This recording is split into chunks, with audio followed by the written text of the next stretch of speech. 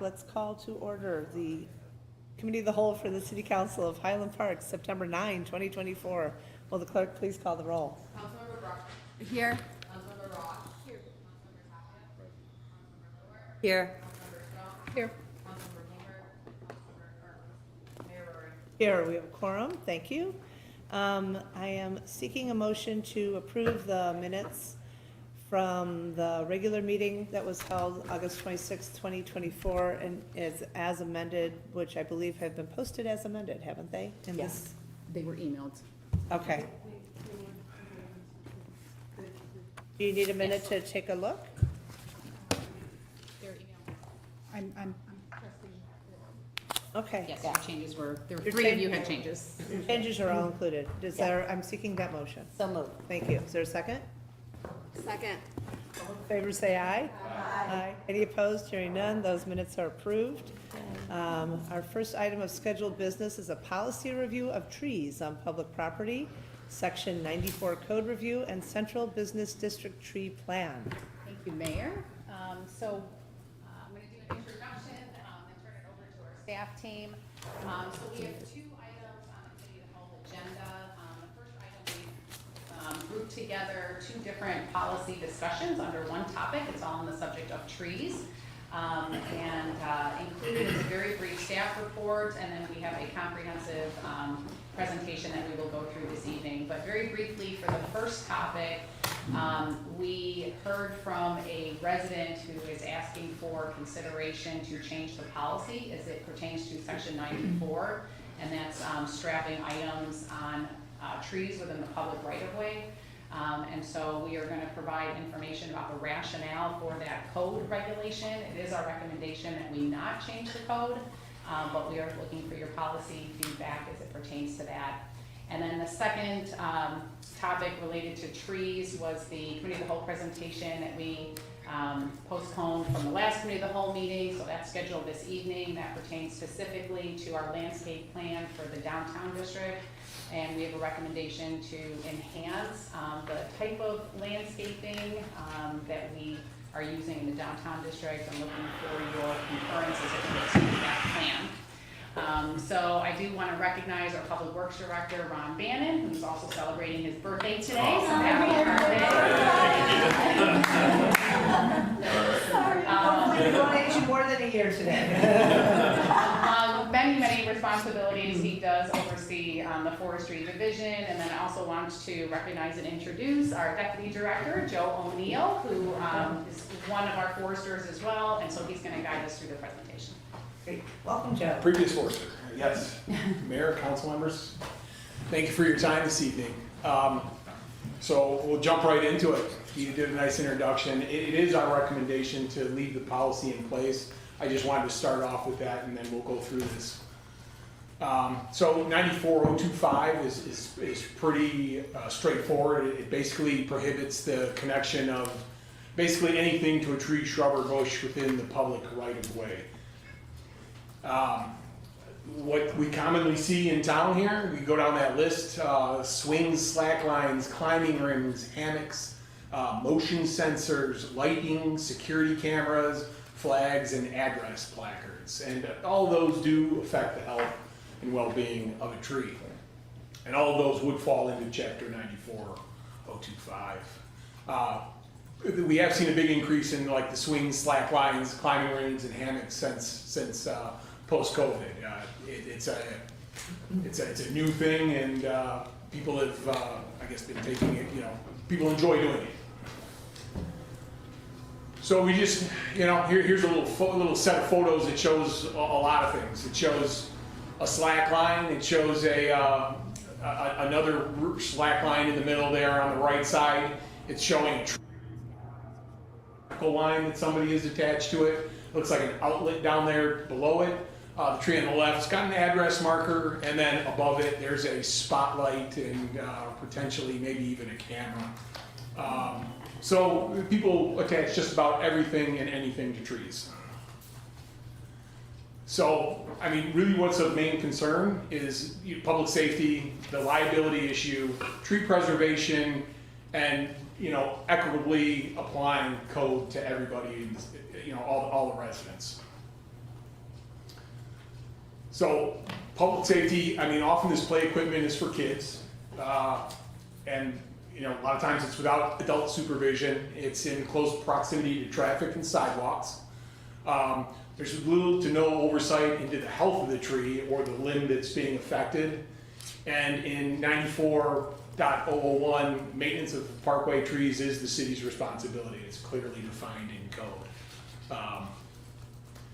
You know, hey, I just put up a couple examples here. Here's a baby swing right on the edge of the road, and on the right-hand side is a slackline configuration that's got a hammock. It's got some climbing rings. It's got a lot of stuff going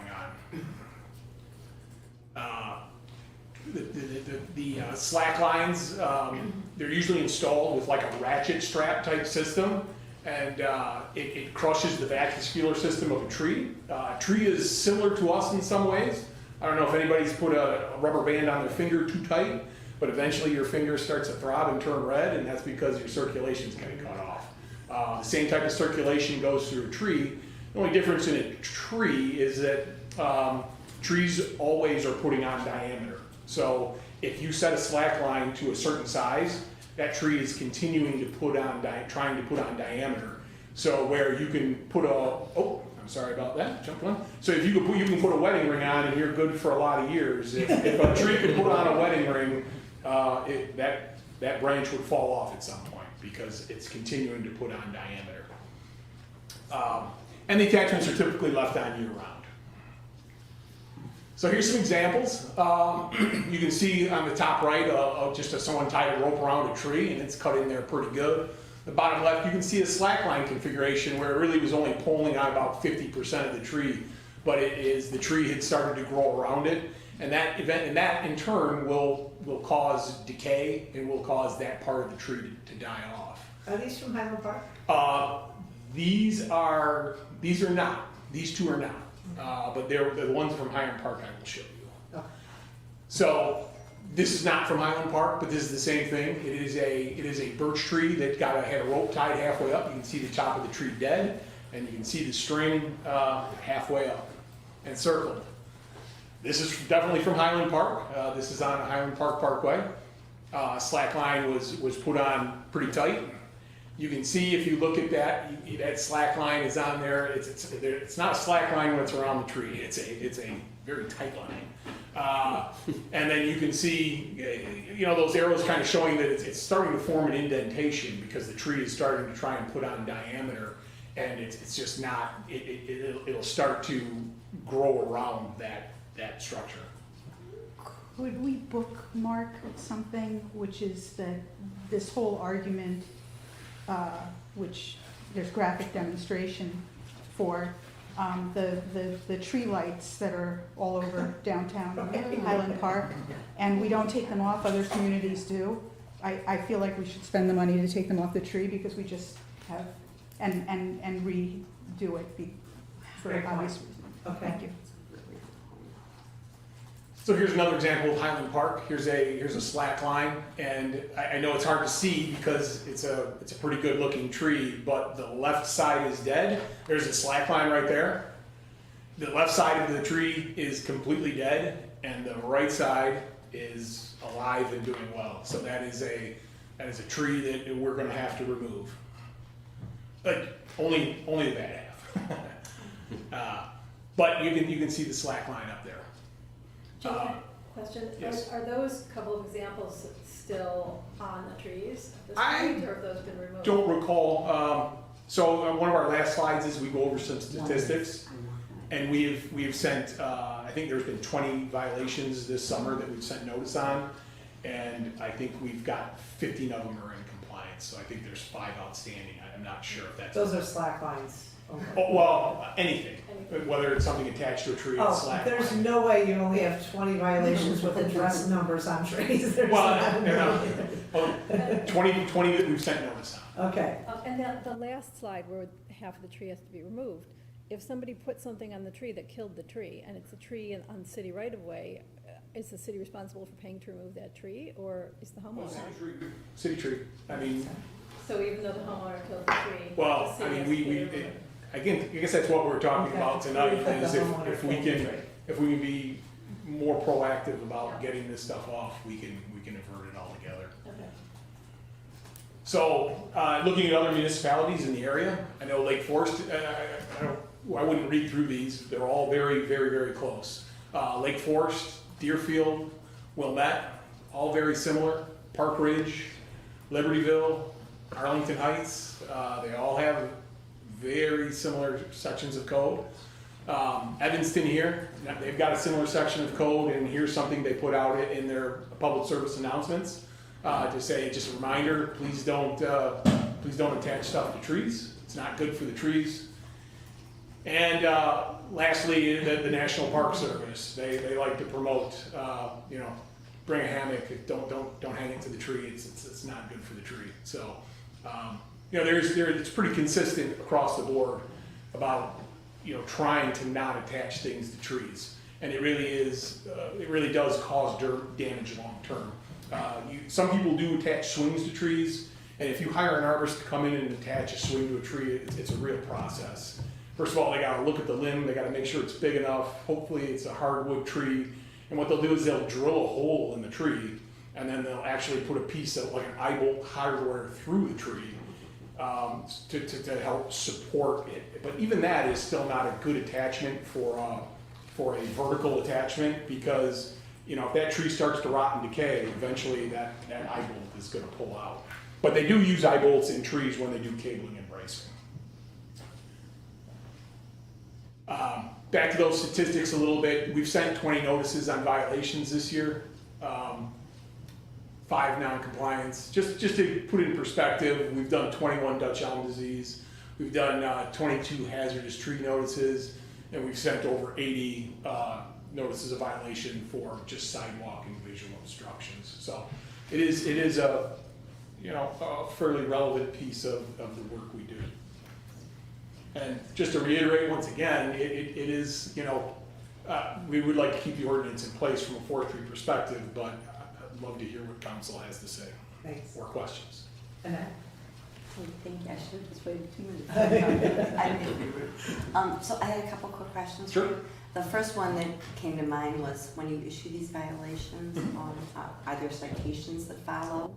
Or is it just a notification? What is the So enforcement? usually what we do is we send an initial violation or notice, citation.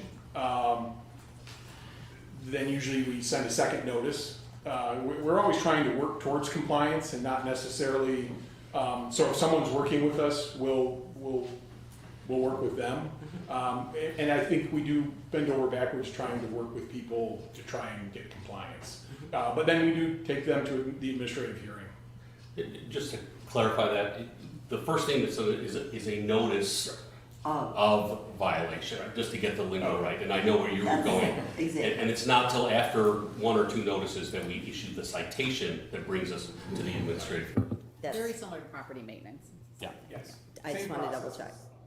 Okay, so that's number 1. Number 2, when you're using the term slack line, and I'm sorry, but my kids are all grown, so I'm not sure. Is it, because I've seen these things that go between trees, some of the things that are hanging in between are swings. Some of them are like a jumping stick, almost like an old pogo stick. And Like tightrope things. right, so my only point is that what you're referring to, or is there a separate thing like when No, the that kids? is basically a piece of cable or strap that is tied between 2 trees.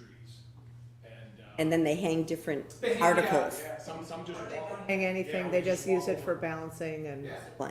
So my only point is that some of the things that I've seen hanging on these, and these I've not seen in Highland Park, but in some areas in the city, the kids are swinging literally out into the street. Yes. Right. I mean, the tree lawn is like a 3-foot tree lawn, so this was in an area that was clearly a little bit wider than usual in this city.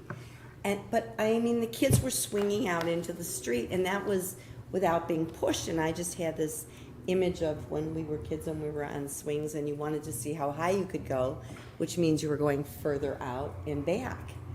And it just scared the bejesus out of me. So And they are city trees, and it's on the right of way. concern as well of liability of Right. this. On a public On a public right of way. way. Now, if you know nothing about it, that might, you know, but if we know about it, it's probably something that should be. I just wanna make sure about the language. That's one question that we've received. So the homeowner will say, you know, this swing that we have doesn't swing very high because it's holding a 3-year-old, let's say. But it's difficult for us to be able to consistently enforce this and to say, oh, okay, well, if you replace that line though with another swing, a longer line, and now you're swinging, now your kids are 10, and then now they're gonna swing, and then what if that branch collapses and falls on top of them? And so that's where we get into the public safety, the concern, the tree health. So of the 20 violations, those include the numbers and the slack lines and the swings? Yeah. Okay, so how many swings? Do you know offhand? I don't have that, we don't break Okay, that down. because I know, you know, from driving around, oodles of people have their addresses on our trees, no question. Yes, And I can totally understand the concern about the slack line and impacting the trunk and girding it. I mean, I gotta say, we have a piece of public art called Boy on Swing hanging off of our tree in front of the police department, so. I hired an arborist to install onto that mature. Well, and it's a gigantic piece of metal. Correct. Yeah. So, I guess my question is just, if there's a way to do this for like the 3 swings maybe that are on our trees, to say they can't swing out into the sidewalk, they can't swing out into the road, here are the only allowed materials, where does that put us in terms of liability if they put it on our tree and we say, here are the rules that you need to follow, and if you don't follow those, then you will be cited? But, you know, because I feel like we're a suburb, and we're a town that has already talked about, you know, we're not gonna ban basketball, we're not gonna ban sport courts, we're not gonna ban chalking in our central business district, because we want kids to have a typical childhood. And, you know, I understand keeping people safe, but I also understand the joy of climbing trees. And so if I'm gonna climb a tree that's a public tree versus having like a swing that's like within all these limited bounds, what's the difference? Was that to me as your lawyer? It's to both of you. I'll take the liability. Julie, what? I would like to say Julie would like to speak as well. All right. Right, so, I mean, let's just understand 2 different perspectives. One is a strictly legal perspective, what is our exposure? And then you all, from a policy and political perspective, may be concerned about safety. From a strictly legal perspective, we are covered by the Illinois Tort Immunity Act. That's what I thought. Unless we are very deliberately telling people to put a swing up and authorizing, and more than authorizing, but providing what a direct path to clear danger, it is highly likely that we will be immune from liability, from Okay. strict liability as a municipality. That does not answer the second question about whether somebody will nevertheless be injured and will at least be litigious with respect to the city. And that I recognize. Okay. And, you know, we've had people stumble on sidewalks and try all of that, so. So I'll start it and then Joe can jump in. So if the council is interested in changing this policy, our recommendation is that you not establish so many procedures where we gotta go out and do inspections every couple of weeks to make sure what are they attaching and how are they attaching it and who's playing on it and so forth.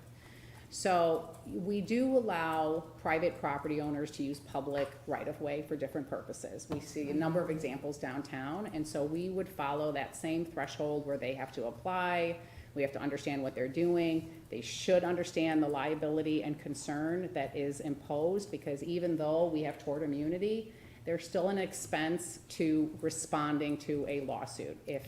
And we ask them for an indemnification too. Correct, right. So there would be an Just application. like we did with shoreline revetment, right? Yes, we do. Okay. Okay, there would be an application. When individuals have asked us for these, you know, we have kids too, so I mean, we like to have fun even as adults, and so, but we just believe there's different ways to go about doing that than using a public tree that's, one, harming the health of the tree, and more important, where we are now saying, oh, okay, it's okay for your kids to swing back and forth into a street. No, we're or a not. car. But we wouldn't. That would be part of the regulation of, you cannot have your child swinging into the street. Okay, but we're not gonna watch and enforce that. So I guess we're putting it in writing to say you can't do that, but just like we're saying the speed limit is 25 miles an hour, we know people speed and accidents happen, it's the same thing. So even though we're putting it out there saying you can use our tree for this purpose, and I guess just what we wanna make sure that you understand is there are risks with doing that so close to a roadway and with the concerns that we have where branches could collapse on them, the safety elements, as well as the health of the tree. So but we do nothing as far as private trees. So if you want to put 5 slack lines on every tree in your yard and squeeze the life out of those poor trees, we're like, best of luck. We would send them a letter saying, you hurry the tree, but we would not. But we don't have any cause of action or any way to cite them because it's on their own I property. mean, if we take it to code, we could really cite them, but we do not. Okay. I know Andre set his hand up and Kim has her hand up. I just want to clarify, but I think you just did, Mayor, that these kind of requests for trees on public property, right? This is a discussion, all right? Yeah, I don't want to take away the joy of children, and but I feel that giving private people responsibility for property or trees on public land just crosses boundaries that feel very uncomfortable to me. I tend to be more lenient for what people do on their private property. Sometimes I think maybe restrictive on that, and the fact that we could impose, but we're not. I feel comfortable with that part, right? And that way they take responsibility for whatever happens in the property, like we all have to. But if we hand it somebody, we say, okay, we'll give you license.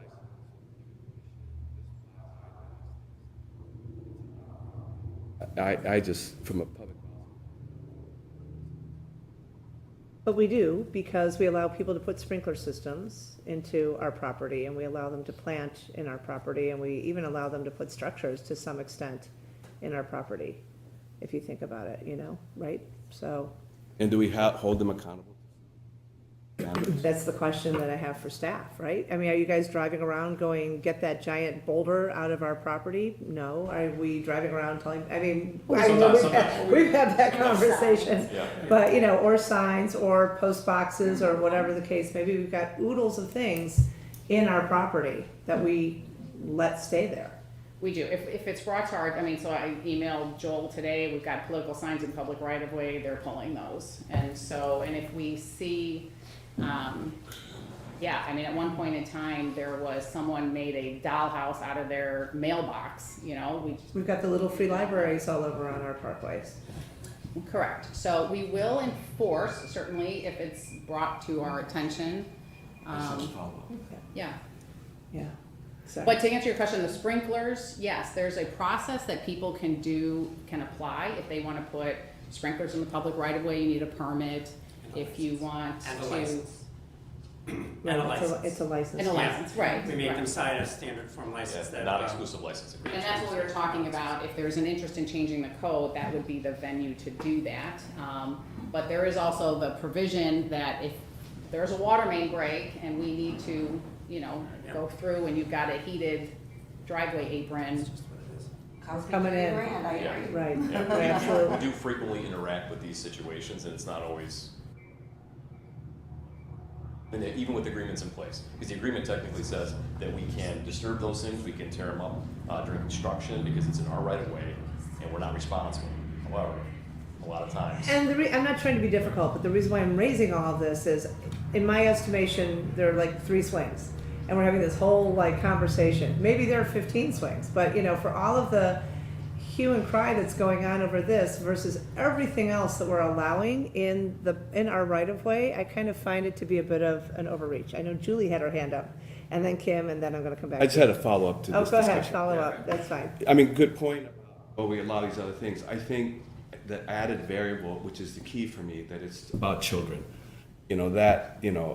Some boulder or some stone or some electrical thing in the way, okay, fine. But the whole premise is children swinging on these swings on a private property, giving private people responsibility for that. If it's on their property, great. If it's on our property, it just feels not. You're not comfortable with not- it?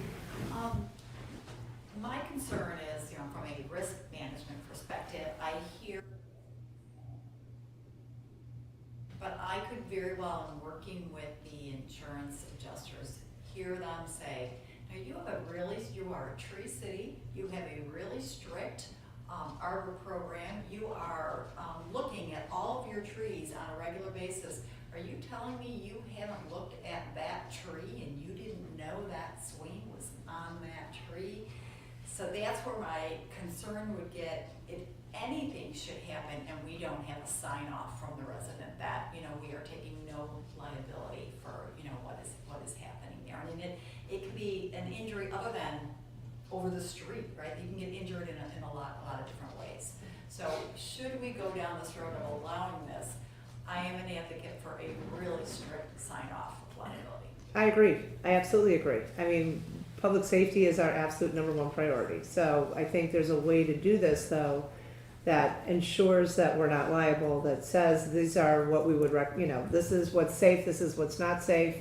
Again, it just feels like we're overreaching. I don't know. No pun Well, intended. if I can provide one more statement. Sure. On behalf of the trees. That's where I'm going, Mayor. The So the trees. liability and all that stuff, that to me, I'm the tree guy, right? Right, So, this does damage trees. I mean, it does, if you put a swing on there and you put just like a noose type thing on it, the tree grows, puts on diameter, and eventually it cuts off the circulation to whatever is beyond that. What if we had it only seasonally? Like you have to take it down by November 1st? That would be something we would need to then administer, but that would go a long way. Well, and I did want to ask, so like just logistically, as we work through this process, just saying, okay, if we had to administer this, how would we do it? Who would decide what branches are safe, or where, what parkway tree? And then is the person in front of their home, is it a public swing? It's in the public right of way. The one person's taking liability, but if the other kids from across the street, the big kids that probably shouldn't be on the swing, are on the swing, we're just thinking through some of these issues, like when you administer parks, to Julie's comments with the risk, the parks get inspected, we go through, we do an insurance inspection every year, things have to get tightened up and fixed, and there's standards. We just don't know how we would administer that, and there's. Can't that be part of the license, though? That they would have to do it, or that we. That they would have to have an assessment by an arborist, or whatever the case may be. I suppose, yeah, and I understand, and then if there's 5 now, because it's illegal by code, how many once we make it legal, that's just thinking through some of the steps there. As a regulatory lawyer, I love you guys right now because you're doing such a great job. And also, like, if there are 5 now, maybe one other person will be like, hey, I didn't think about putting up a tree swing, so I hear you. Okay, Kim, and then you mean? I think there's a difference between putting something on the parkway, like a boulder or a mailbox, and hanging something on a tree, which could not only be unsafe, but could also harm the tree. And I'm with Joe, I agree with Andres on this, that putting it on a public tree, I'm just not comfortable with that. Highland Park, I appreciate Julie mentioning that we're a tree city, because I was gonna say that, we're a tree city. We have a robust tree canopy. We were one of the first communities to have a tree ordinance, which prohibits some taking down of trees without a license or permit. I wrote a paper on that in the early 90s in grad school. I mean, that's been in place longer than almost anyone, except for Lake Forest, I believe, was the first. That was what my paper was on. These trees add to the beauty of Highland Park. They provide environmental benefits.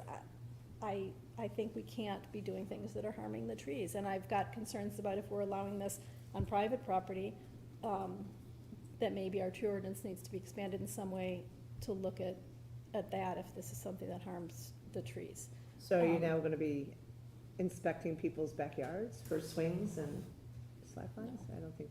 No, I don't think Joel's it's. like raising his right, hand No, I going. don't think it's I don't think it's enforceable.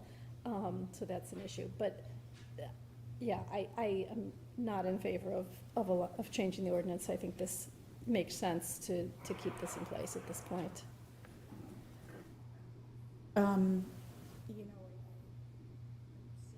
both sides of this, mattering to me that so many of staff, are concerned about the health of the tree. And we're not the only city with trees. What have other cities done about this? We showed Oh, it. you showed- you He showed had, Bill he Langford. showed all the different cities. And they all said. Oh, they all agree with And they- staff. I'm sorry. I'm just being a They all troublemaker agree with. with what we're doing. Say Yeah. no. But Yumi, I Sorry. can't stop thinking now about your point about the lights. Yeah, it's a concern of mine because, and I've brought it up at committee of the whole before when we talked about it, the Christmas lights, or Yeah. what, holiday lights I'll call them, Right. that are on the trees year round. I just feel that, however you argue, it is ultimately strangling the trees. And it seems odd to be, being concerned about a tree here and there without all of these trees in the central business district. And I'd really ask that we revisit that we take down those lights and put them back up. I know that it's labor to do it, but other cities do. To be consistent with what we're talking about, To if be this is consistent with- important to us, then we need to be if we consistent. care, about Although this. aren't they hung more loosely? Yes.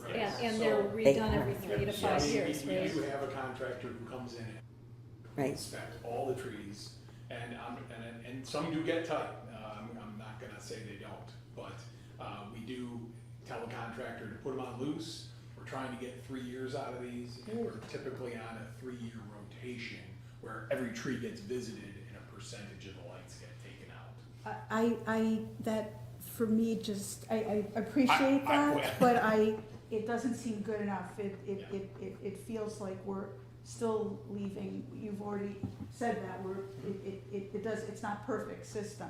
And I personally believe we should just take down those lights, put it back up when it's, holiday time. Although now we seem to be enjoying having them up year round, We do so- have- to make it welcoming and festive in our central business district. Another approach than that. Catenary lights, those are your friends. Well, I'm not, yeah, but I'm just saying that it's still, I don't think it's a perfect system, and I think there might be another way to make it look festive. Thanks. We're Yeah. gonna stick to the swings Yeah. and the slack lines, Yeah. but I appreciate trying to be consistent in terms of our approach to the trees. And Matt and then Marissa.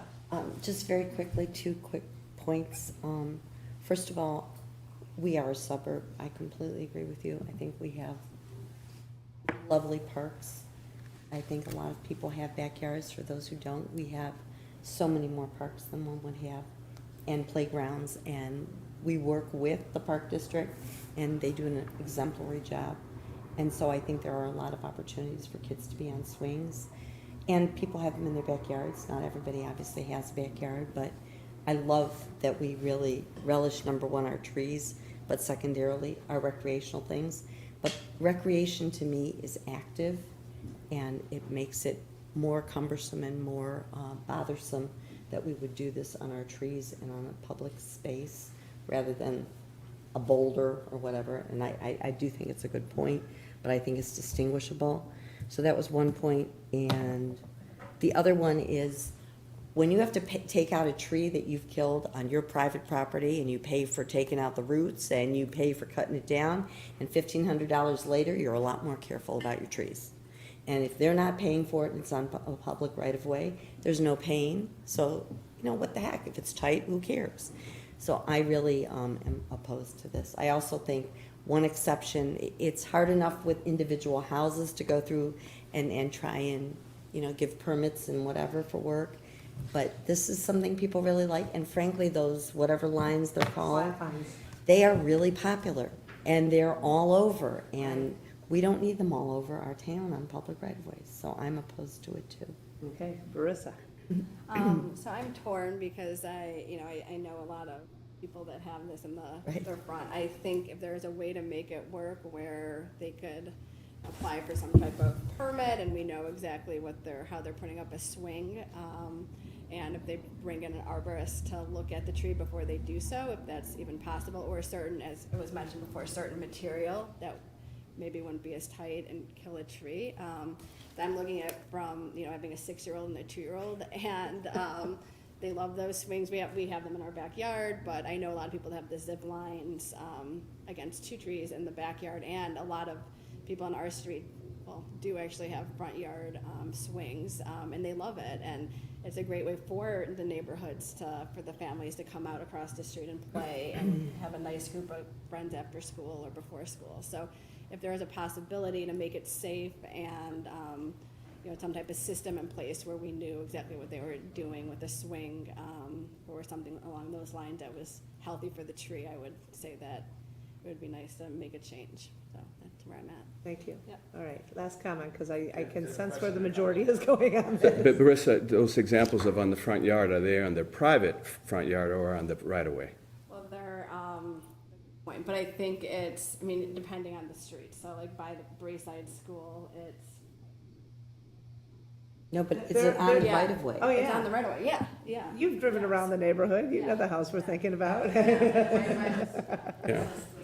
Yeah, I mean, I worry, it's not just one little child on a swing pushed by a parent. There's usually a bunch of kids running around, you know, it's very active. And I agree that, you know, things have their place, you know, you have your front yard, you have the backyard, you have the parks down the street. And so I just worry about the safety part of it. As somebody who played in the street, I am understanding where you're coming from. Steve keeps looking at me. We're moving on. Thanks. All All right. right, we'll head on to the next topic, which is. I'm sorry. We have consensus that you guys do not want to move forward with. Just wanted to make sure. I just want to be I'm clear. just gonna say that I'm kind of in Barissa's camp, a way to find, you know, Then we're- some way to do it safely to the tree, but I guess it is concerning to me that staff overwhelming Yeah. this, that, you know, it's not a good idea, and the other cities aren't doing it either, right? Right. So, As far as our neighbors are concerned, they're keeping people out of trees, so, okay. Thank you for a robust conversation. Appreciate it. All right, yes, streetscape. So we've been doing a lot of great work down in the Central Business District. A lot of it was tied to the improvements were tied to the old Sasaki plan. We've done garbage cans, we've done recycle cans, we've done bike racks, we've done benches, we've done tables, and Second Street, which actually wasn't part of the Sasaki plan, that was pre-Sasaki plan. So very old and ready for an improvement. A lot of people don't realize that the trees down there were all part of the same Sasaki plan. And primarily there were 2 types of trees planted. The one on the left is a little leaf linden, which is all along Central Avenue. And the other one is a honey locust, which is along Central Avenue in pockets, but also on like Sheridan Road and on the east end of Central and on St. John's. The problem with little leaf linden is it's not a great tree. It's a varietal tree of a linden, and it's got a very pyramidal shape. It's short and it's fat, and it blocks. Blocks everything. It blocks the windows. It blocks the signs, street signs. It blocks everything. So we've gotten some input from people on trees and what can we do differently down in the CBD. And the forestry section, historically, you know, that was the plan, and so that's what we put back in, because that's the plan. So I guess we're really coming to you today to try and propose some new species or a plant palette that we can maybe diversify a little bit in the Central Business District. And, you know, the objective we would like to achieve would be to, you know, get some trees with some more height on them, which will clear some of the signs and some of the windows. Please understand though that trees all have to get planted small and they have to grow past the window. So it's a bit of a process, but little leaf linden, honey locust, and tree lilac, there's a couple of them as well. So Is that tree lilac, the lilac one? it's on the my right hand side. So is that a baby or is that a full That's grown? about as big as it gets. I mean, they get bigger than that, I should say, but maybe 50% bigger than So it doesn't block a sign, No, but that would block a window. It would But just block the front of the store. that would block the front of a store, but, I mean, really what we're looking here for is a plant palette, because there's a lot of different spots in the central business district.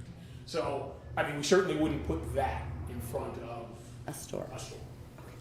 But right there is a kind of unique spot. It's right by the train tracks, and the railroad would, if we planted anything in there, they'd come and cut it down, because they have got a certain sightline visibility that they need to maintain, so there's small trees on either side of the tracks. It's the way You it's didn't always mention been. the new landscaping. And new landscaping underneath those trees, Beautiful. Yeah. which is more to come next year. Thank you. Stay tuned. Not in my garden. But, so really what we're looking for, number one is safety. So there's hardwood trees and softwood trees. You don't want to plant softwood trees. Storms come, they decay, they break up, they could fall out on people on the sidewalks. Hardwood trees can break up too, but it's just, it's a higher, much more safer hardwood trees. You want a compact canopy, so you don't want trees that are growing all over the place. You want some sort of uniform.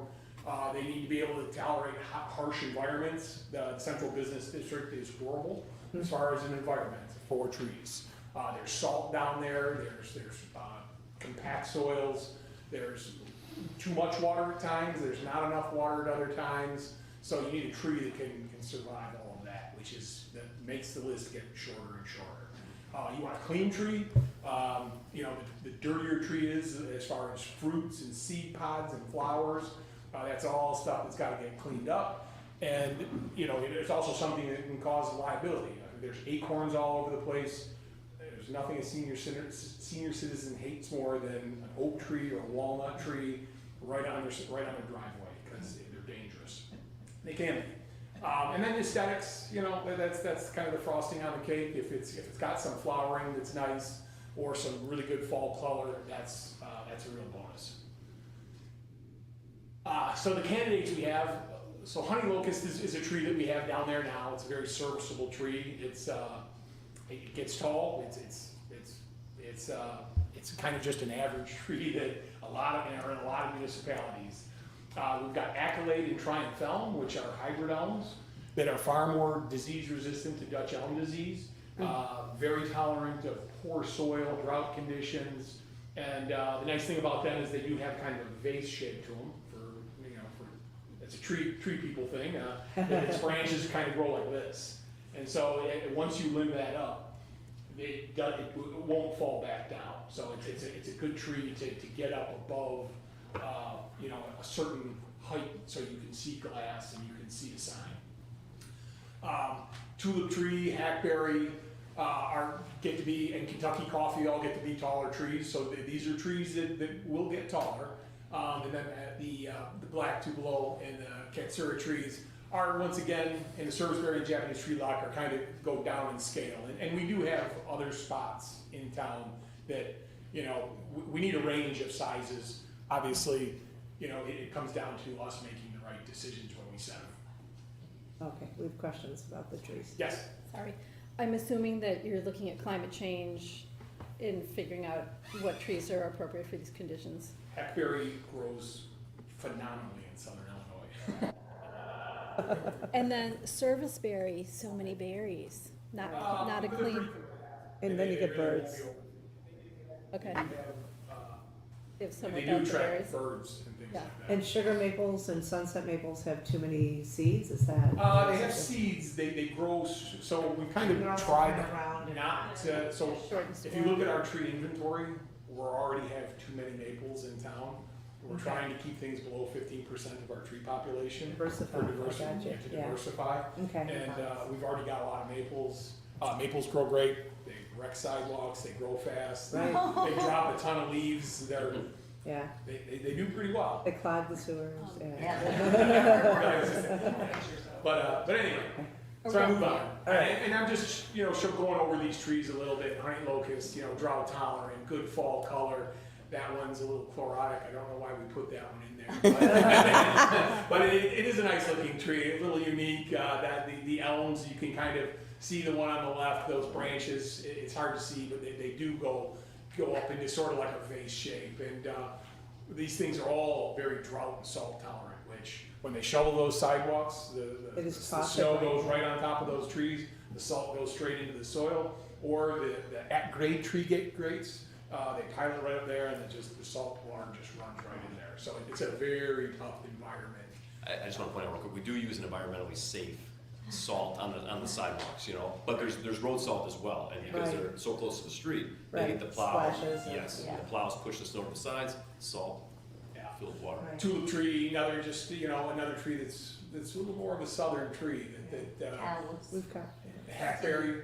Hackberry is another tree that does very well. These are just tolerant. The black gum is probably one that we won't have many of in downtown, but it's beautiful fall color, and we just couldn't take it off the list. It's the forester, coming out. The catsura tree is another just nice all around tree. So we put together a list of just a range of trees that would suit the purpose for the different spots around the central. Are they all similar in price, or are there Yeah, huge I mean, disparities? yeah, they're all pretty available. They're all similar in price. They're not.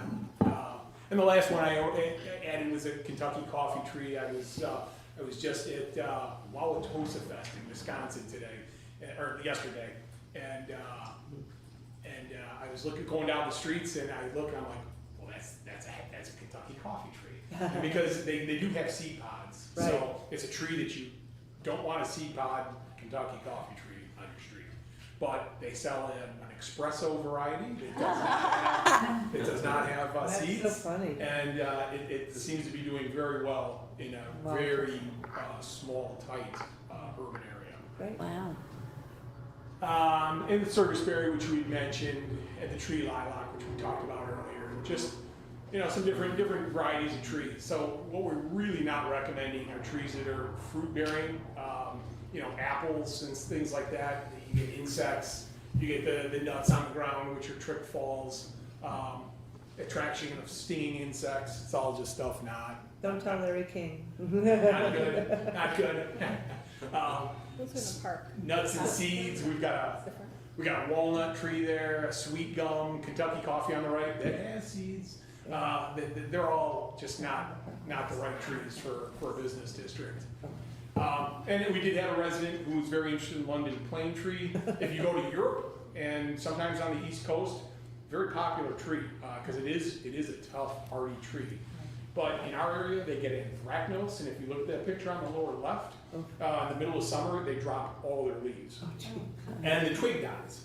So then the leaves all fall, and then throughout the year, the twigs that were on there break off. The leaves come back on, and then they also put out this rather large fruit that is hard, is a trip hazard. Hunks people in the heads. And I will say, they're highly alert. People are highly allergic to those as well. They're kind of like fiberglass insulation. Oh, they're wow. very fine. When we worked on tree crew, there was guys that would not chip that because the chipper just creates dust, Right. and they're like, Can't I'll breathe. choke on it. Just some examples of some of these trees in other towns. Lake Forest has got the hackberry. Lake Forest got some hybrid elms in their business district. Winnetka's got some hackberry, hybrid elms. Pretty common trees. Glencoe's got the katsura, the tulip tree. And Arlington Heights, we've got a little baby tulip tree getting started there, which is nice to see. Yeah. Chicago's got hackberries. Chicago's got a lot of hackberries. Pros and cons, just go through them real quick here. It's going to introduce a more diverse tree population in the central business district. There are going to be higher trees eventually, which will get over some of those signs hopefully, and some of those some of those glass fronts, and it will produce more shade in the business district. Some of the cons is that the trees will be affected by the growing space because those aren't huge planters, and eventually they won't reach full maturity because they'll run out of rooting space. Less of a uniform look. Right now down Central Avenue, there's only 2 species. So it will all of a sudden, it's very, very formal, uniform looking. That would change. more tree conflicts with buildings because these trees do get bigger. So we'll have more business owners complaining about trees touching their buildings. Less place for planting flowers. They've got bigger root masses. And it will be a slow transition because, you know, the plan is not to just go in and start wholesale removing trees, unless that's what council wants. You know, just as they're needed, we would start to insert these trees into. So, spaces. okay, because that was my first question was how are we gonna communicate to people why we're taking down perfectly good trees and putting in other trees that are smaller, so, thank you, okay, so We this did is. that once already in my tenure here, where a bunch of lindens started to die, so we did that in blocks, and that was, yeah. People freaked, Don't wanna do that again. right, yeah, the ash trees too, so, Yeah. yeah, okay. Oh, sorry. Tree canopy cover, so, you know, people have asked about our tree canopy cover, and Rod did allude to this in the council presentation. But these are some of the statistics again. This is tree cover, parkway tree cover, and Highland Park has got about 50% canopy cover. If you don't look at that Highway 41 removed. And then you can see the comparison to Lake Forest, Deerfield, and Glencoe. So we are above all of them in tree canopy cover in the parkways from that LiDAR study. That was 2017 data, but tree numbers tend to not to, you know, move quickly. It's a slow moving process, unless someone comes in and clear cuts. And really, part of our tree data is affected significantly by all the golf courses we have in town. Right, Golf courses aren't tree friendly. and they're in the flood zone for a reason, so, okay. Yes, Annette? When you replace them, how small will they be? Oh, we try, when trees die and we replace them, we try and get larger trees. So, these trees are all more upright trees, but they won't be huge. I mean, our standard is like a 3-inch diameter trunk, which is about that diameter. You know, when they grow close to each other in the nursery, a lot of times they'll get taller and skinnier, which is something we typically look for when it's in the central business district. But you know, a lot of nurseries don't like to, you know, grow tall, skinny trees. And I understand they get wider on an annual basis. Yes. But how slow is? They do. Well, these all grow quickly. I mean, they could grow, you know, 12 to 18 inches a year. Oh, that's pretty good. But that's under ideal conditions. And a central business district tree planter is not an ideal. You know, if they shovel a bunch of salt or, you know, salt-laden snow into that planter in the winter, it takes the tree a while, you know, to kind of fend that off. Did you have your hand up? No. Thank you. Andres? Well, first of all, I like the thoughtfulness of, you know, the diversification and why these and not those. I mean, that's very thoughtful. And it's good to hear that you're concerned about the storefronts and covering up either the windows or the signs. I'm still worried, you know, I know there's not an easy answer, but when we say, well, eventually some of these will grow above, and no problem. But how long is eventually? It depends on the tree that you choose. I know, but It depends on the tree. I mean, 12 to 18, you know, I could say 12 to 18 inches a year, but let's say 12 in a plant, go, you know, hedge on the smaller. I mean, it's gonna take a while. Well, let's look at it from the business perspective. Yeah. If I'm a business owner, I would have to live with the fact that for fill in the blank years, my sign will be covered. I mean, how patient do I have to be? Right? That's a good question. I mean, so the honey locusts downtown were put in the mid-80s. 84. 85. Here we are 40 years later. And and they're all above this, and they've been above the signs for quite some, for my tenure here, but it, you know, probably took them 15 years to get over the, Yes, that's why I question. I mean, I love trees, and I love how they look, but, you know, businesses have to meet their payroll and their rent every month now, not in 15 years, right? And so if this is gonna be an obstacle for X number of years, Sure. 8 years, I don't know, let's make it half of the 15 years, right? I worry that is having a tree design in front of stores that are gonna cover their storefront for, let's say, 8, 10 years, a smart thing to do for our businesses. So do you want to not have trees, or do you want to leave the trees that we have, that we are leaving? Like, what's, Yeah, I mean, I'm not gonna advocate for taking down trees, but once one dies and there's a chance to replace, do we really wanna replace it with a tree that now 8-10 years from now would be high enough that it's just not a tree, you know, like a bush or? If I may. sure. Yeah, and it's a valid concern, Councilmember Tapia, and we've talked about this. So I think we try to balance, right? Because we hear from a number of people in the community of they love the tree-lined streets. In fact, we've heard from elected officials and be like, why can't you have bigger trees and, you know, create more of a shade canopy and so forth. So we balance that with the business concern of, hey, you're blocking my tree. Can't you cut this tree down or can't you trim the tree? Blocking my sign. Blocking my sign, yeah, I'm sorry. So I think a couple of things. So one is we do talk about, you know, the benefits of the trees. And so I think having the lights on trees creates that nice ambiance that people are looking for, you know, in the evening and the holiday season. The shade that it's providing, especially now on Second Street with the bump outs for the outdoor dining. I think once that's full in place, those trees and the shade and the benefits that they provide are gonna be significant. The other important factor that we're talking to businesses is we are in the process of looking at our sign code. So what can we do in terms of our sign code that better supports businesses in terms of, you know, right now they're restricted to 10% of window coverage. So what is that ideal number that we don't want to be Las Vegas, but we want to allow people to know where all these businesses are? And I think through that, it could get at some of these concerns. Yeah, and city manager, I like that direction, because, you know, we love the trees for all of them. If we can sort of become more lenient, and I like how you're thinking, then that might be the way through the dilemma.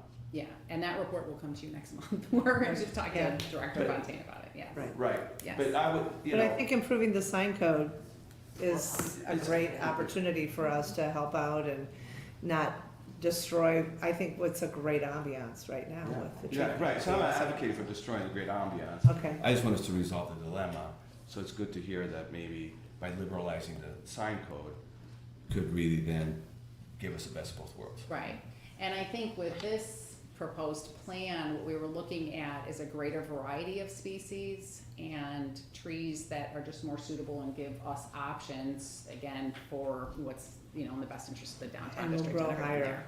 given Yeah. what we're looking at for the last 40 years with the little leaf lindens. Yeah, those are. Great design, questionable execution. Yumi, you're next. Oh, thank you, Mayor. I had the same concern as Councilmember Tabias about obscuring the businesses, and I am also glad for your response. I don't know if there's a way to certainly communicate with businesses about what we're doing. The other thing I wanted to ask, I guess, in that line of thought, the sign code that you mentioned, and I know that's for another committee of the whole meeting, but maybe put as a pencil it in that we could look at raising some of the signs that dangle and put it actually on the building. I mean, something like that, so that you're actually seeing into the business, like at Port Clinton Square. You know, you have more line of sight and you have more visibility for the sign. So I'm glad you raised that. And I wanted to ask about, I think I've mentioned this before, I feel like Elm Street could use some trees, certainly by Walgreens. I mean, just, there's just It's like a prairie in front of it, and there's no It would tree. be really nice to have trees there. And then I don't remember the plan for Second Street where are there trees going in the, yeah, there are. But We looked at quite a that plan few, when we approved the quite a few. Second Street. All right, so that will be definitely a positive. I just couldn't remember the plan off the top of my head, other than the general configuration of it. And you mentioned flowering trees. Is there something pretty akin to red buds or something that has something pretty that isn't a nuisance for? It's tough, all trees For flower, cleaning. just some flower Yeah. beautifully and some Do not. do not. And it's usually a trade-off, but, you know, the Bradford pear, which is an invasive species, which I don't like, was very popular in downtown settings, and it's because it got a nice white flower on it. It's very But vertical. they're invasive, they Yeah. break up all the time, they're just a bad Yeah. tree. So we've gone those directions before in urban environments, but there isn't a one shoe that fits all. Okay, thank you. And if you could, you're typing away there, so hopefully you included my comments about I am. Elm Street. Okay, Yep, thank you. I got you. Kim? Just maybe a yellow wood? I don't know if that's not, you don't have to comment now, but it may or may not be appropriate for that area, but it's got flowers, it's taller, but it may not be hardy enough, I don't know. Move down to the water. We have one on Maple. Okay. Not a lot, they're very, once they get established, they do fine. But It's beautiful when it's flowering. But that's what we're trying to do, is put together like a plant palette to be able to Very have cool. some So, yeah, I'm flexibility. just throwing it out there, but The I old love. plan, the old plan was very, I mean, there was. It was basically uniform. Two species. Yeah. That's it. And No, I love the we diversity. we're always following the plan, and so that's kind of what we're talking about here today, is just, can we deviate from the plan? If we can, you know, try and get some trees with a little more height in them out there. Yeah, thank you. Thank you. It's great to have a diversity of plants. Absolutely. Yeah. Okay, thank you so much. Oh, yes, Yumi. One last question. Sure. You actually privately reassured me that Central Avenue is getting new trees. I mean, the trees that, they're missing trees and some of the trees that are just really. That are Are on the way out. Yes, on the way Yes, out. Okay. absolutely. Yeah. Sure The publicly. Yes, and I talked to our team earlier, and then we can do Woman an of her word. on-site, we Yeah. can do an on-site visit as well, just Thank to make sure we're on the same page. Yeah. Very cool. Thank you so much, Joe. Great to see you. Nice putting up with me. Right, Laura, Okay, we're gonna talk senior center. so the next topic, very exciting, an overview of our senior center operations. So I'm gonna turn it over in a moment to Laura Fry, our manager of senior services. So we have a PowerPoint presentation that we're gonna share with you. It does mirror the comprehensive staff report that is in the packet. So kind of twofold. One is we want to make sure that public information, so the council is aware of the robust programming and all the services and opportunities and plans ahead that are available being offered at the senior center. We're going to give you an update on the exciting renovation that's planned and our move-in time. One aspect of that is the banquet services, so we are working with Catering by Michael's on a new agreement with them, so that'll come before you for consideration and discussion at a future committee of the whole meeting. But we do have some specific policy questions that we want to ask as it pertains to the senior center. So with that, I will turn it over to Laura.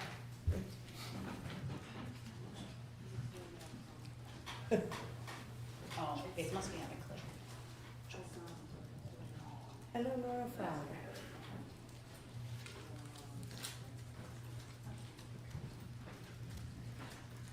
Mayor, City Council, thank you so much for having me today.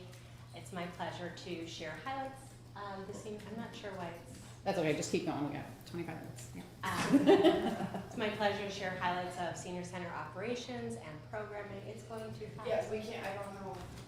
It seems to be playing like a slideshow versus letting you manually click it. That's okay, here Laura start, and then I'll change it, don't put it too complicated.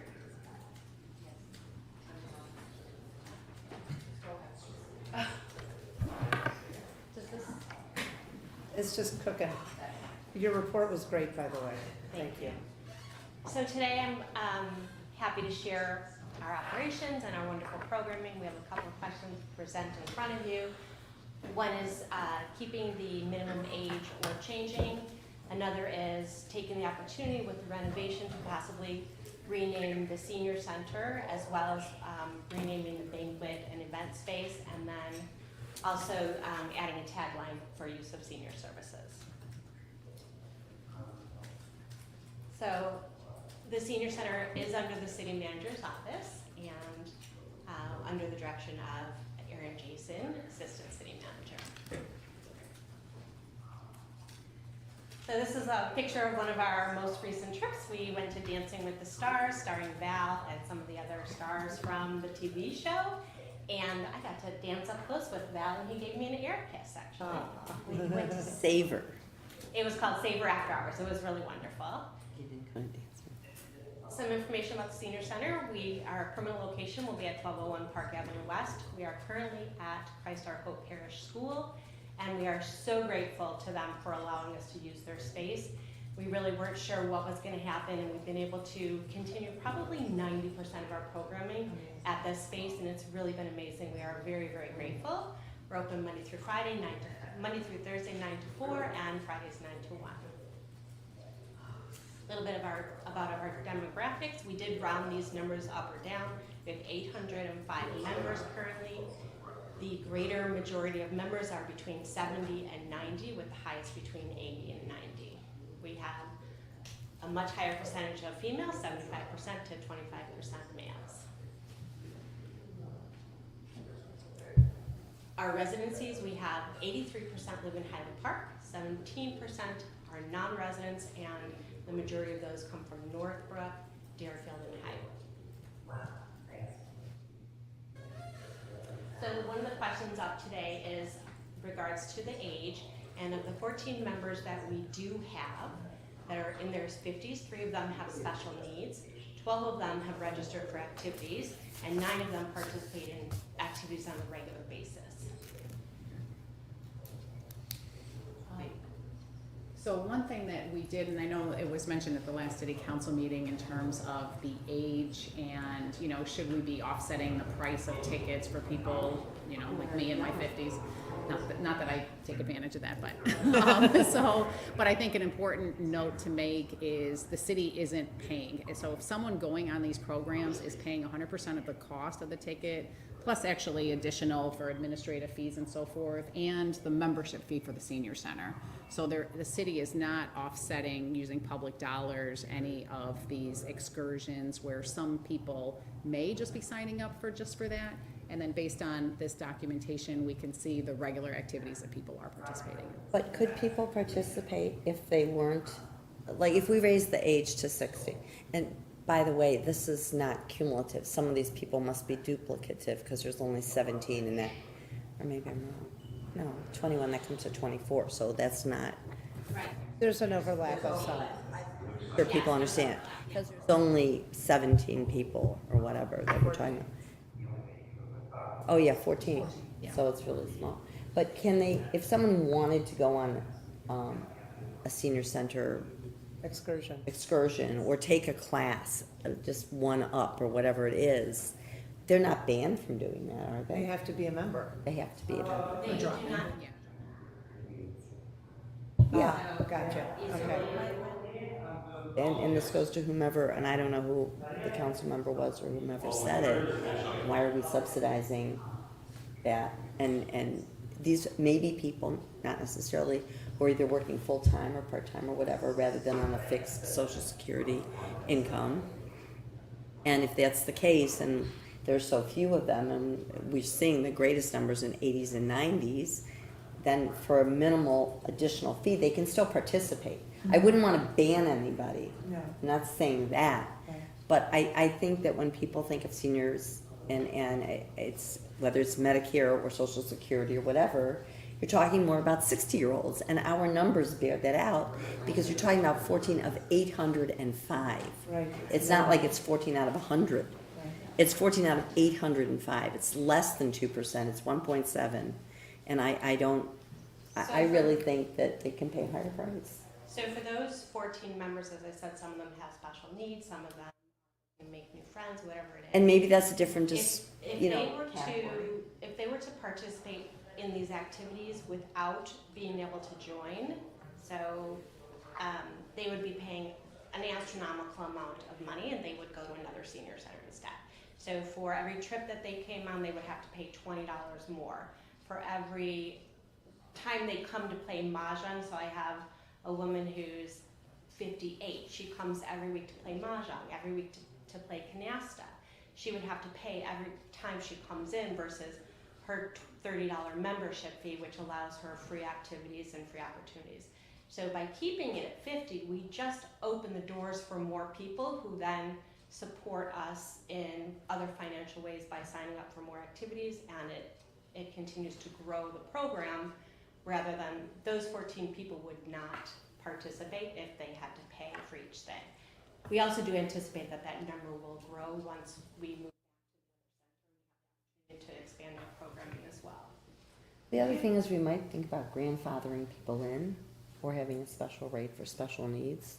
And so there are other ways to compensate for that. But, sorry. No, that's fine. All good ideas.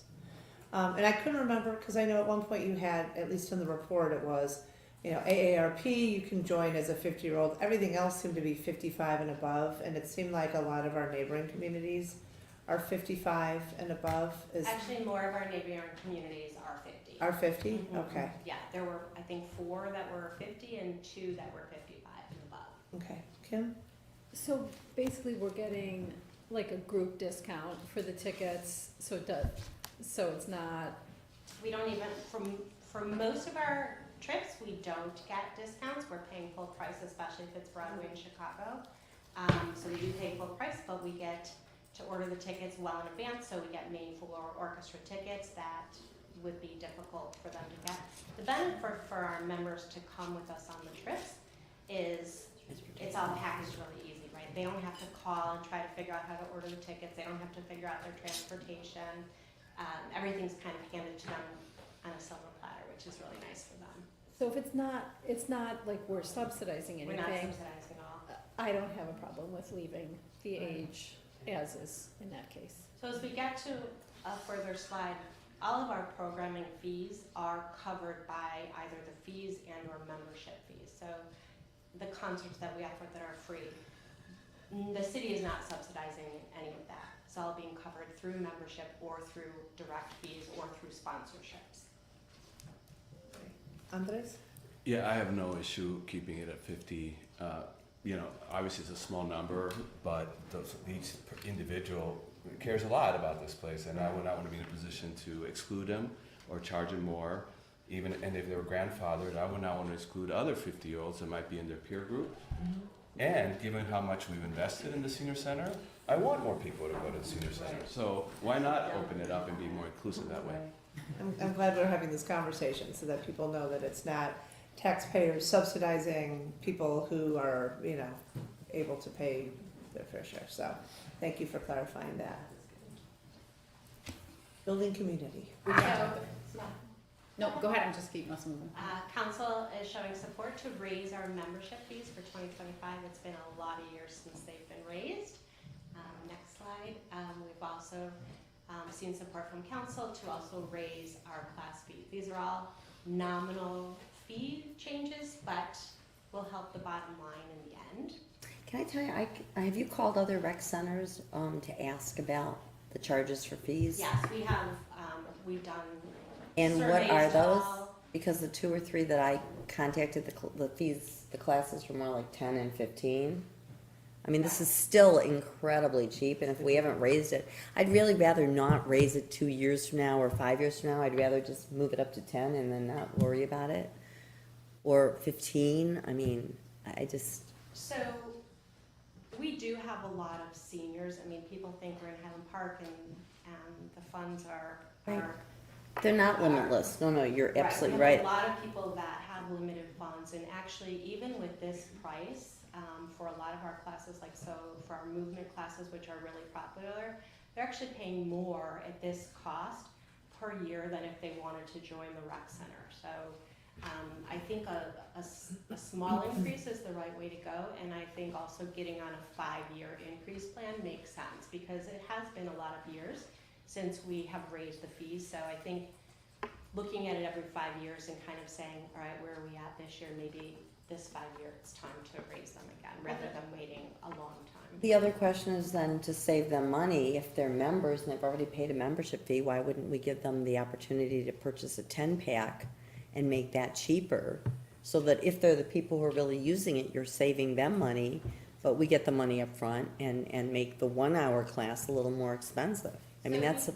Sorry. No, That's okay. But I just think that that would be another option, so those people who are really using it on a weekly basis, I'd rather have them paying $80 than have $100 for the person who, you know, is just coming one-offs. So we don't allow one-off. All of our classes you have to register in advance.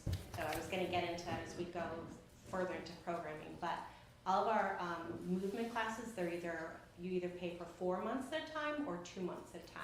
So that $8, as you can see, is multiplied by the number of classes. So our 4-month class is typically multiplied by 16, and they register for that whole session.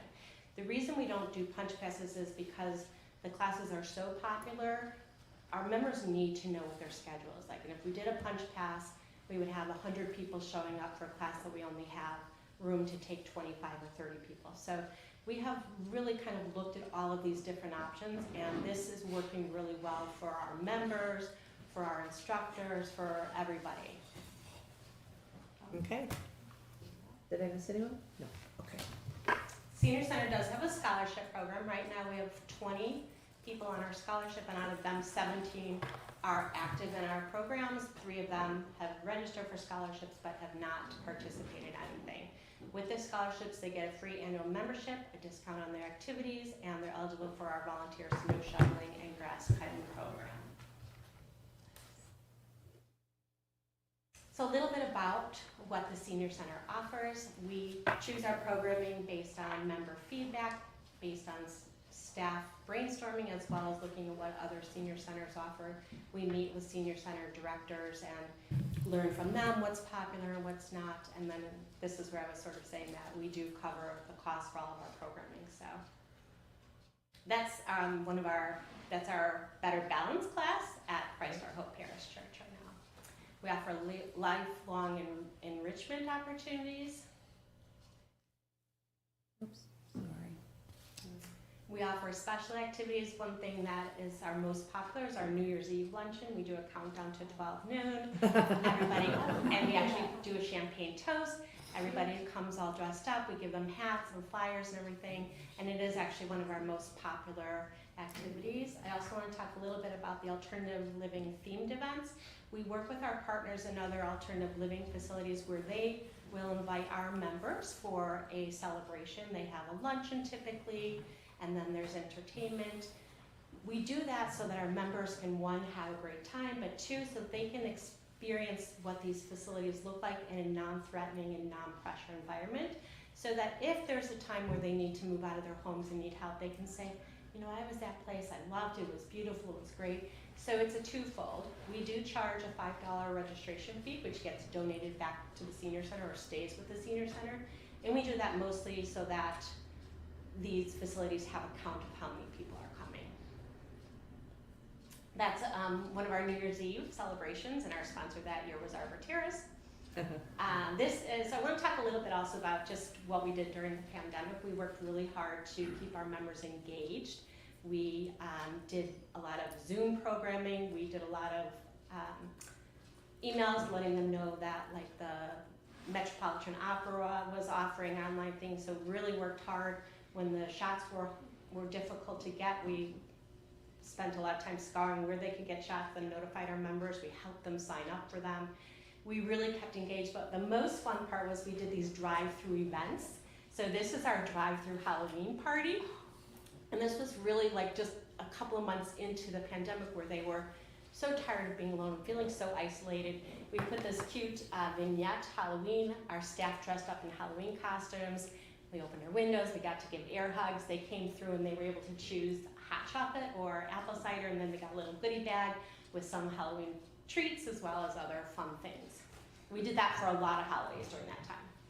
We have movement classes, and again, this is our Better Balance class. We have cards and games, so we have cards and game lessons, but we also have cards and games open play. Each of our open plays is led by a volunteer host, which makes everybody feel welcome. A lot of other senior centers, people will kind of leave and say, oh, nobody let me play with them, or they weren't nice. And our senior center, we're really well known for being a warm and welcoming environment. And then we did have Rummacube and Scrabble, Pinochle and puzzles. We haven't done that where we're at, but we intend to go back to that when we get back to the senior center. We have humanities. Our most popular is our class of Kaleidoscope. And I also noted on here, these V's means that these activities are led by volunteers. So we're really lucky to be able to tap into our community of volunteers. We also have a really nice partnership with the Art Center of Highland Park, where they offer classes specifically for us and specifically for our members, and they offer them a discounted price. So they can take a mosaic class with us, and it's a fraction of what they would take if they were going directly to them. If you guys have any questions along the way, or if I'm talking too fast, No, please let me know. it's just great. It's very comprehensive. Thank you. These are all the trips that we had scheduled for 2025. Many of them had full buses of 50 people, which is really great. Some of them had full buses or almost full buses with 35. We have a really nice relationship with a lot of these theater companies, and Lyric Opera, I'm so fortunate that we've formed a great relationship with them. When we get close to the date of their opening show, I will look at their schedule and say, oh, I noticed that they have a lot of tickets available on this date. And I will reach out to my contact and say, hey, can you sell me these at a discount? So that's kind of the caveat to us not getting discounts. So for Rigoletto, which we're going to next Wednesday, our members are paying $110 for main floor orchestra seats to see a show with Lyric Opera. Those tickets right now are $297 for the general public. So we are very grateful. I think one of the reasons they've been so generous to us is that they know that many of our seniors were seasoned subscribers. Oh, that's And great. we've had those conversations, like so many of them used to go with their husbands when they were young, and now they don't have a spouse to go with, or they don't have the finances, and so it's a really nice give back to our community. This is top left. You'll see we took the members on a tour of Milwaukee, and this was a boat ride through the Milwaukee River. In the bottom right, we did the Frito Kahlo immersion exhibit, and then we went to lunch at a Mexican restaurant. So we are working on some diversity and equity inclusion initiatives, and you can look to that to see what we have going on right now. And then we're also looking into the future of what we can do once we move back and we have more space. One of the fun ideas that we have is to have an ambassador. So if there's somebody from Russia who speaks a little English, we have other Russian speakers who are very active, maybe connecting them and having them make a phone call. Same thing with other languages. But these are some ideas that we have moving forward and things that we hope to implement. We have met with the staff at New Estro Center. We saw each other at that meeting, and I think they're excited to work with us once we get back and we have more time or more space as well. We have wonderful social services. Our medical loan closet is very popular, and you can see all the other great opportunities we have. We work closely with other government partners, specifically Highland Park, the Park District, the library, the township, and the high school, as well as other governments within the state of Illinois. We also have a wide variety of private partners as well as not-for-profits. And we do have a corporate sponsorship program. Our annual sponsorship revenue typically ranges between $10,000 and $14,000. You can see there and also in the report what the various opportunities are. And we do anticipate that will go up once we get back and we start adding more programs as well. We always do our best to try to connect with sponsors and give them opportunities to meet our members and to help subsidize. So our concert series we probably wouldn't be able to do for free if we didn't have sponsorships. Our book club, we've been able to keep the prices down. Our luncheons, we're able to keep the prices down just through these sponsorships. talk a little bit about the 1201 Park Avenue West renovations. You can see all these different wonderful things we've got going on. We're so close to the finish line and so excited to move back. What's the date? So I'll show that in just a second. Okay. So I know you guys know that there's going to be new dedicated entrance to the east, and that's kind of the architect's rendition of what that might look like. This is what the movement room will look like. And then this is what the upstairs ballroom is slated to look like. Wow. How many does it There hold? There it is. Between the ballroom and the East Salon, it should be able to do 300, if not more. So I don't have the exact number, but in the past, we don't lose any space. We actually gain space rather than losing it. So I know that in the past we were able to get 300 seated. So it'll be at least that much. And that's one of the things that's really, it's very difficult to find a venue that will hold that many people, especially one that has designated parking, which we have plenty of. So here's the timeline. The upper level is due to be finished next week. First event is on the 21st. Nice. The lower level will be finished at the end of October, parking lot November 1st, and then we will be moving back, we being the senior center, will be moving back during the last week of October and ready to reopen on Monday, November 4th at our new space, or our newly renovated space. And then the east entry is on delay, and that will be completed in April of 2025. Fantastic. Wow. Wow. Almost done. Okay. So with renovation, there's some thought about possibly rebranding the senior center. And we did a survey to our database, which is 1,800 plus members. And here are the results. So most of the people that we surveyed liked the name of the senior center and felt that it should remain the Highland Park Senior Center. How many people took part in the survey? 144. So we know that besides that it was not a huge response, we also know that it's senior driven. It's the people that are taking the survey are already seniors. And so our recommendation is going to be that we take the survey and do it throughout the whole community so we can get feedback from people maybe that are in their 50s that haven't given us their names and haven't participated with us. I think a community-wide survey will give us a little bit more information. But don't you think that the people you serve, I mean, I think it's very nice to reach out to the entire community because it does serve all of us eventually, maybe sooner rather than later. But in general, it's the people who really use it. It's nice that Well, we felt like we know there are some people that don't want to go to a senior center because it's called a senior center. And so and we had a conversation, and we're assuming that's still the case. So there wasn't an interest in like selling naming rights like the Patty Turner Center in Deerfield. And so we brainstormed, well, are there other names that we could call it, not a senior center, have a name and then have a tagline so it's clear that this is for a population age, 50 plus. The So senior center for those young at heart. So the idea is just getting public feedback and then we'll come back and take it to you for ultimate policy. When we did the gigantic senior center survey, like whenever we did that a few years ago, did we have a lot of participation or was it pretty minimal? We did. We did like a citywide Yeah. survey. We did have some pretty good feedback, and I think we will if we do this citywide as well. And again, like as Gita said, we're trying to look at some of those people that maybe are in their 50s or 60s or even 70s that haven't come to us because I'm not old, I'm not going to a senior center. So Right. that's what we're really trying to find out. Are people staying away because they think it's not for them versus if there was a different name, maybe they would say, oh, that's an active adult center. I'd love to go even though I'm 75. So Wisdom center. it's kind of an idea just to, because by serving our people that have already reached out to us, it's sort of biased results. Right. My husband did Senior Olympics and got teased by all his friends that he was in the Senior Olympics, and he's like, all of you are seniors too, so you can all do this. I didn't know that. I work on that.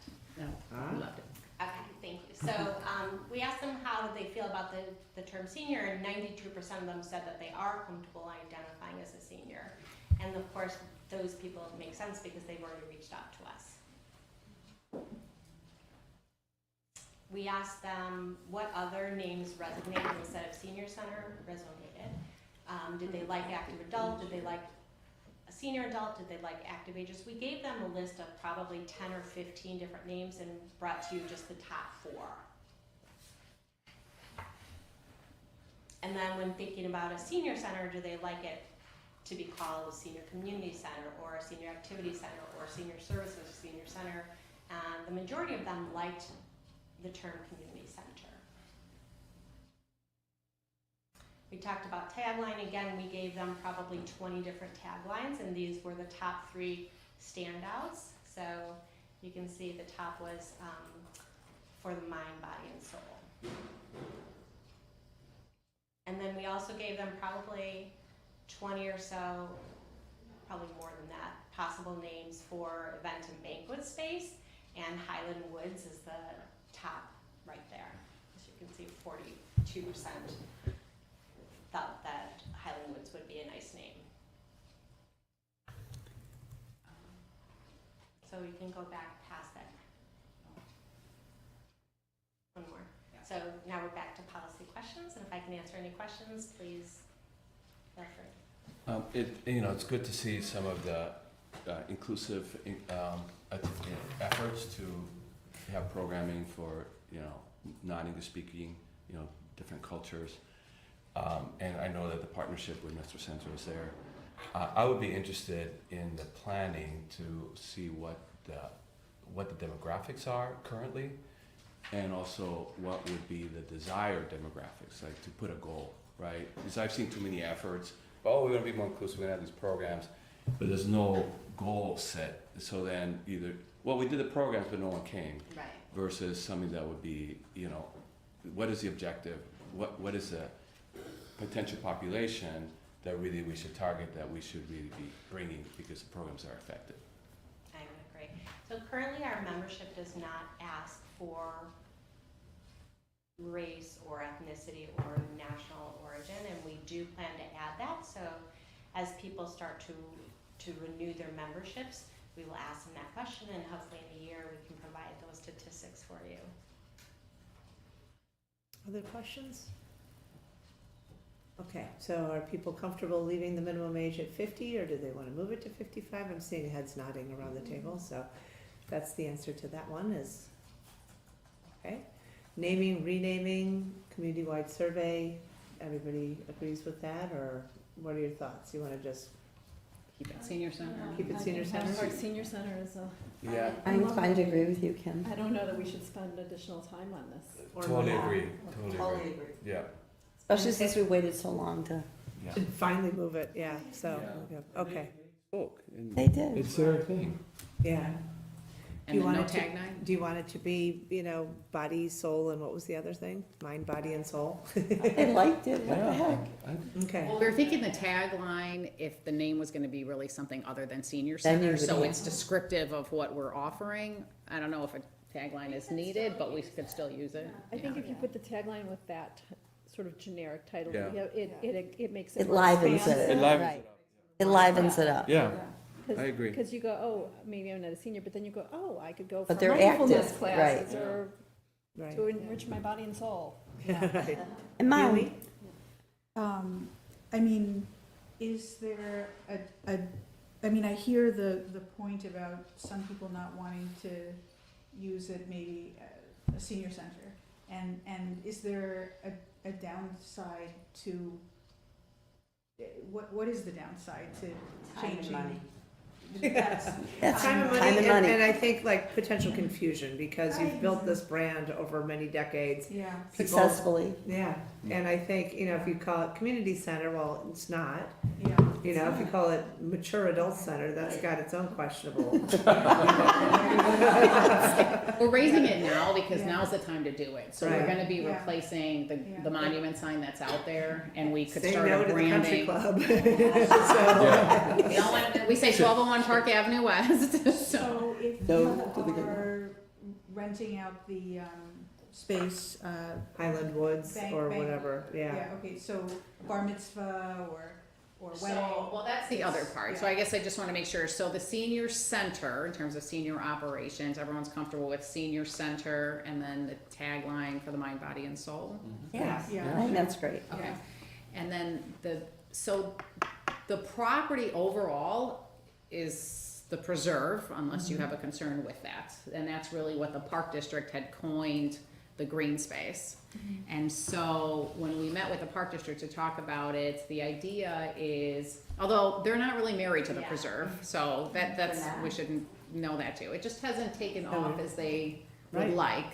But initially, when we talked, we thought everything would be, for example, a senior center at the preserve, Yeah. banquets at the preserve, I like, and then the rec center at the preserve, and it would all be under that umbrella. I like that. I do too. I think that's great. These all sound like subdivision names to me. Yeah, they do. And the Moraine, well, there's a hotel Moraine, so that's a little confusing, and there's a Moraine Park.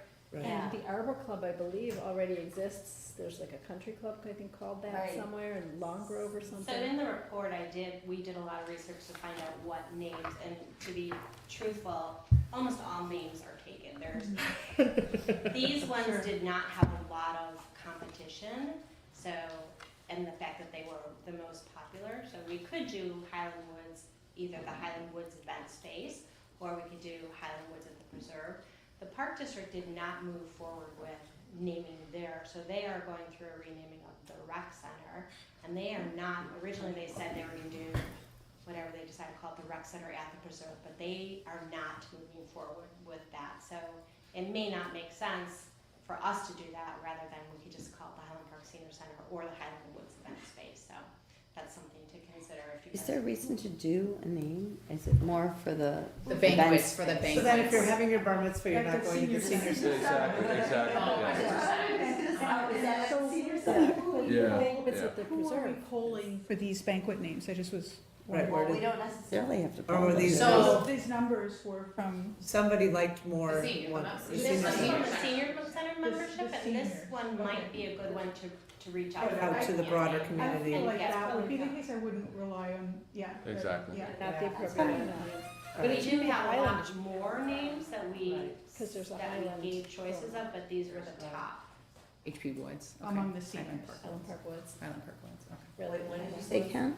But we don't want to just use Highland, because there is Highland, Illinois, and so. I would use Yeah. Highland Park. So do, and I know I'm getting very specific, but I just wanna make sure, so we could just do a preserve blank Highland? canvas and have the public provide input, and then ultimately all the decisions will come to the council, or we could lead people in a survey and say, here are some options, what are your top two, and then any other suggestions? Do you wanna lead people into Highland Park Woods? I think we should lead them. We're gonna end up with, We're gonna end up with the weird names. Right, I was gonna ask, could we not give those options and a write-in or one that? Yeah, you- Yeah, write-in is we could fine. give, Or right, a that's write-in, options you what, could have. what do you, if you don't like these, what do you? What would you recommend? but I agree with Kim, I would not add the moraine in there. I really Yeah. wouldn't. Can we narrow it to like the top three or something? Well, Do we need to? I actually like the Arbor Club, because I feel like if you're saying, I'm getting married at the Arbor Club or But I think something. there is an Arbor Club. Yeah, I mean, it's so non-us. I mean, at It's least, Arbor Terrace, which, I mean, it's us, Yeah. it's Arbor us because Terrace. it's Tree City, but it is very close to Arbor Terrace, which Yeah, is a yeah. private for-profit organization. Yep, So when we sent this survey, we had about 25 names Mhm. that staff and other people had brainstormed, and so these were the top. So if we want to do leading, we can provide all of those 25 names and No. see if it breaks No. down differently. 25 is I ridiculous. think They'll lay up. this. They'll never go and through an it. option to write in your own. I would do We did include an option to write in as well. I'm I saying like that, for Yumi. I would do 4 and an option of an other. option to write in. Okay, if but we're so which doing- four? Well, Highland Woods, I really like Highland Woods. Highland Park Woods? Highland Park Woods? Highland Park Woods is nice. There's not woods there. It's okay. I mean, we have to be that literal, you know? Did you guys use the word it's- prairie in anything? it's 'Cause, evocative. Why not Highland Park Preserve? Well, add the banquets preserve. at the preserve. Why not at the preserve? Well, if those guys are getting rid of the preserve, I mean, I Are they teased them and I actually said, getting you rid should of it? just call this the Maybe. club where you can buy jam, because that's what the preserve sounded like to me, so it just. Why don't I send the polling to all of you? And then, based on that, then we'll do the next layer, is that okay? Sounds like a plan. Okay, all right, perfect. Because we're all specialists in this. Can we throw it to one of our consultants who? Knows how to do these things? Yeah, who maybe Yeah, you know, come I up with think some that's not a titles bad just for idea. very quick. Like, I'm looking at you, Amanda Bennett. I mean, we've got a marketing coordinator and a communications manager. That sounds like a really good idea, and it's a lot faster and. So we did survey, Oh, a while ago, we don't contract. We with don't them have them anymore. anymore.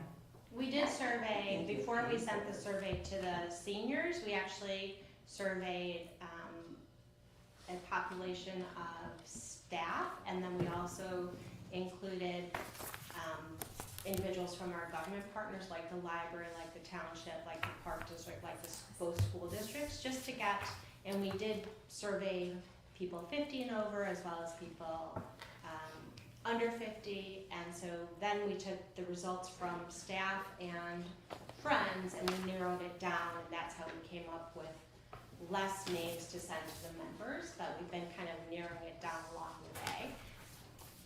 What's the name of that area where, by Thorn Tree and McDaniels at the end, that little preserve over there, what's it called? Do you know? The lake, Foley's Pond. Foley's Pond? I guess it's not at Foley's Pond, never mind. But one of the things to keep in mind for Let's wrap this up. for Yeah, banquets is something that's gonna look pretty on an invitation, Right. right? So people are gonna be sending out these fancy wedding invitations, we want it to look nice. Hey, my wedding's at Harmony Creek, or my Right. wedding's at Highland Wood, something nice. I think it's- not the preserve at the senior center. Okay. Okay, we you will, so we will much. be back. Thanks a million, Laura. Yeah, That was a thanks, great Laura. report. Do we want to do closed session now, so we can kind of just take care of that? Real quick. Oh, yeah. That's Is that okay? great. I did want to say something to Laura. Oh, okay. Thank you, because I clearly, you know, it's, the senior center is, you know, a big success in terms of what it's offering. And judging by the numbers and how many people are coming from outside the community. It was a to great use it, report. You know, we're really doing something special. Absolutely. Thank you. Thank you. You have the- Okay. Okay, Closed so, session, But great but we idea. have to close. no, we can just go into closed session. So I'm seeking a motion to go into closed session. I would like to move to go Wait, into oh, closed good, session do to it, Kim. discuss litigation pursuant to 5 ILCS 120/2C11. There's a second. Second. Will the clerk please call the vote? Kim, thank you. I was like, what are we gonna do without Tony? Here, Councilmember. It's a yes or a no. Here. Councilmember Ross. Yes. Wait, are we voting to? No, we're, Going to close, so you say Yeah, we yes, gotta vote yes or no? Councilmember Tapia, Yes. Councilmember Littleworth, yes. Councilmember Stone, Aye. Mayor Rotary. Yes, thank Like you. how Ashley has the super loud voice to get us in compliance. Right, Joel, say. Yeah, thanks. Can you close the door? Perfect, thank you. Thanks.